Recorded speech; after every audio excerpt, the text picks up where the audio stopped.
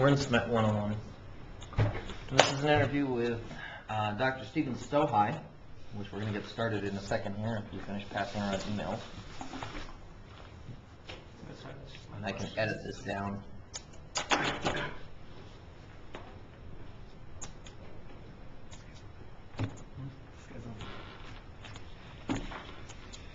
What's that?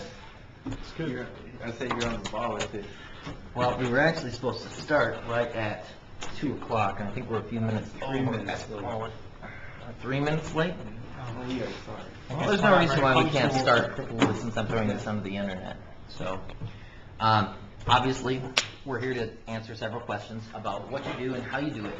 And we have a host of questions to go through and ask you and get some answers on. First is your full title here at NMSU. Professor. You're full professor. That's right. And what are your major responsibilities for this position? You have to teach classes, usually 2 per semester. You have to do research, and you have to do service to both your profession, meaning the area of research that you're working in, and to the university. Do you enjoy that work? Yeah. You're one of my favorite instructors, actually. Well, you've only had 2 others, or 3 others, so. Yes, but you have the best sense of humor. Okay. What degrees do you hold, and from what colleges do you hold those from? So I have 2. I have a Bachelor's of Science from Franklin Marshall College, which is in Pennsylvania. And I have a PhD in Astrophysics from the University of Maryland. Okay. What or who influenced you to enter engineering, and how did these influences help you decide this was the right field for you? I know you came from astrophysics originally. And I still do astrophysics. And one of the reasons why I'm in the College of Engineering is because one of the areas I work on is detector development, and it's a little bit easier to get engineering students to work on it than physics students. Why is that?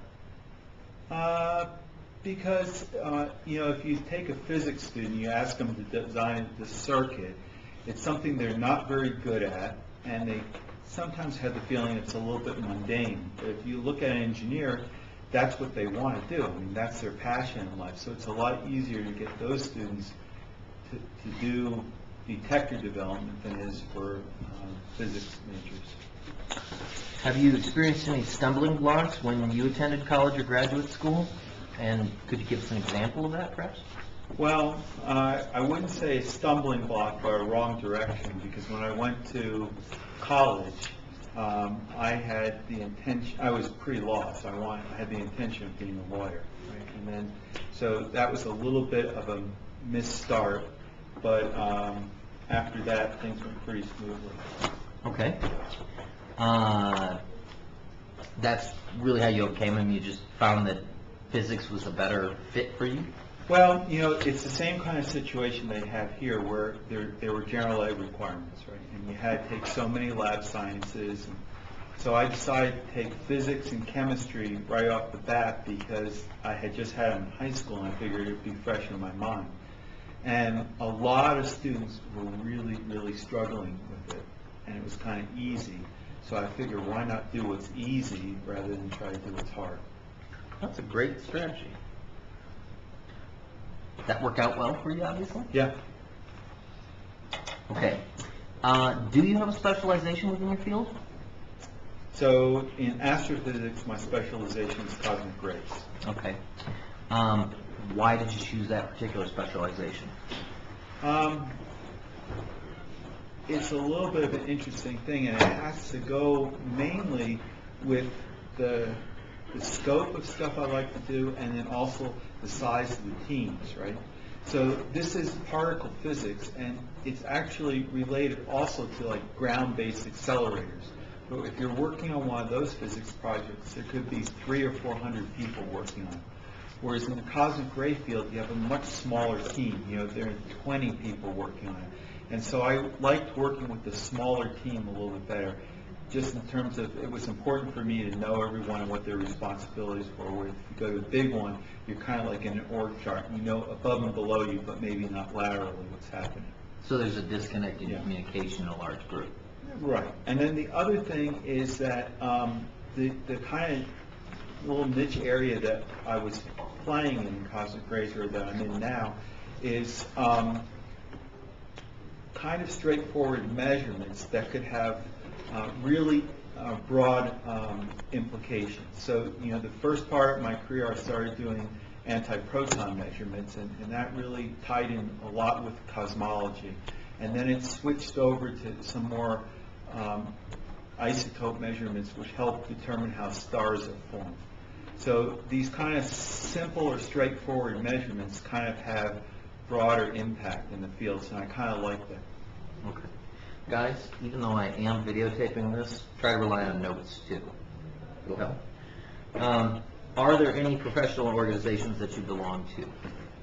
Yes, and so it kind of fits into different roles I have. So there's American Physical Society, which is the one that most physicists are members of.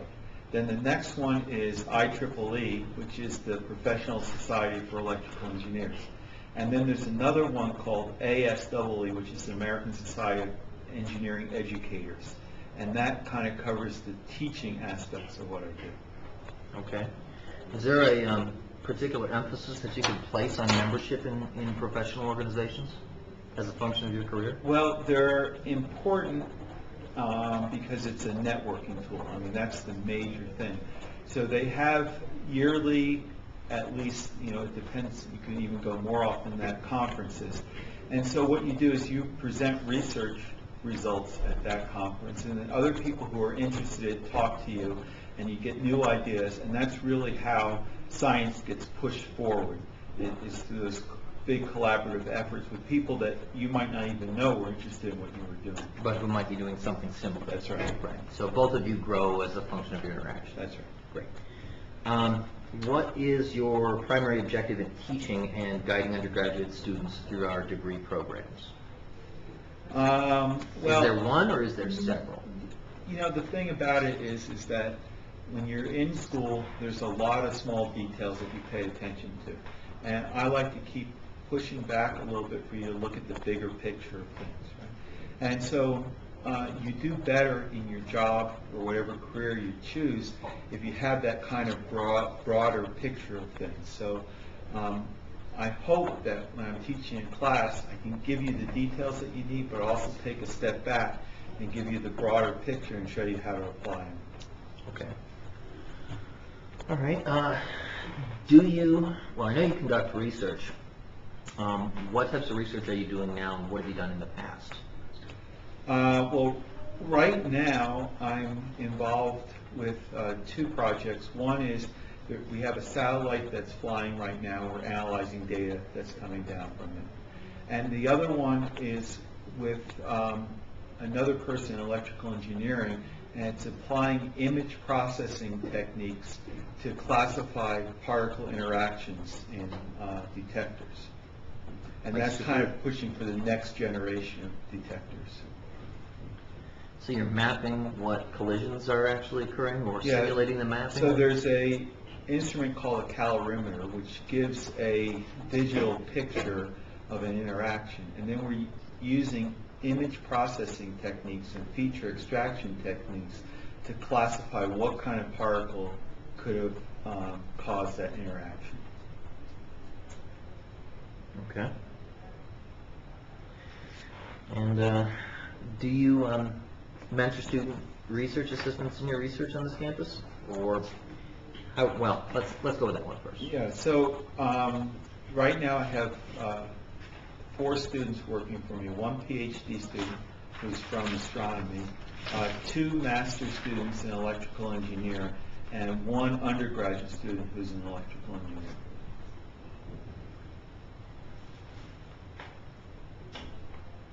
You said the PhD student is what now? From astronomy. Okay. And how would you suggest students begin looking into doing research projects? I know you covered this in one of the SMET conversations, but...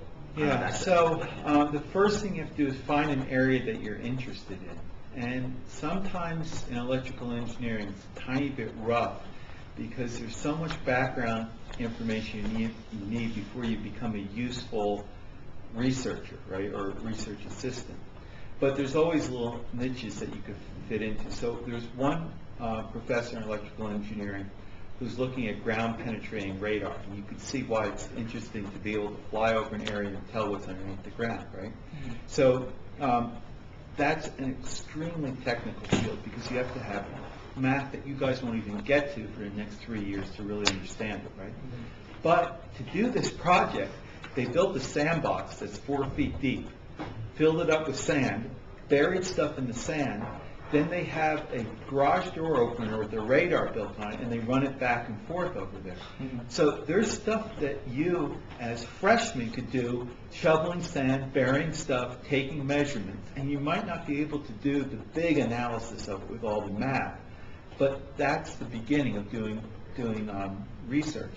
And like one of the disadvantages a lot of engineering disciplines have over stuff like biology, is that if you say, I want to do research to someone in biology, you go, okay, wash this 300 stack of test tubes and that will be your introduction to it. And there's not very many introduction type jobs in here. So you have to kind of find a field that can get in there and you can start on it. But it's really hard as freshmen. And then once you get sophomore or junior year, then it's a lot easier to find a little place where you can make some progress. That segues into the next question here. Are there any research mentorships or summer internships you know of that would be good to check into for, in this case, for the freshman level? Yeah. So I think you just covered Yeah, that. the freshman level's tough, but you know, in 1 year, you guys can enter this AMP undergraduate research experience.